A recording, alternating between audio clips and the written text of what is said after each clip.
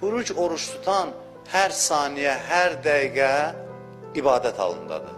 Hətta evində xalçanın üstündə otursa, yəni heç nə eləməsə də, oruç tutursa, saniyə və saniyə ibadət halındadır o. Heç bir nə, məsələn, namaz qılır, nə Quran oxuyur bu saatda hal-hazırda tutaq ki. Evində oturub tək, məsələn, xalçanın üstündə, hal-hazırda nə zikir deyir, nə namaz qılır, nə dua oxuyur, heç nə oturub, buyurur ki, o hər halda ibadət halındadır. Mələm yəğtəb muslimən, o vaxta qədər ki, bir müsəlmanın qeybətini eləməsin. Elə ki, qeybətə başladı, vəssalam. Nə qədər ki, qeybət eləməyib, Ramazan ayında oruc halındadır, ibadət halındadır. Qeybət elədirsə heç nə, ibadətdən çıxdı.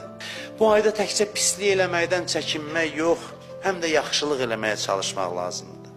İmam Həsən Əskəri əleyhissalam buyurur ki, oruc niyə vacib edildi sualına? Deyir ki, ona görə ki, zənginlər yoxsulları yada salsınlar. Yəni, bilsinlər ki, yoxsul insanlar var əhatədə, ətrafda.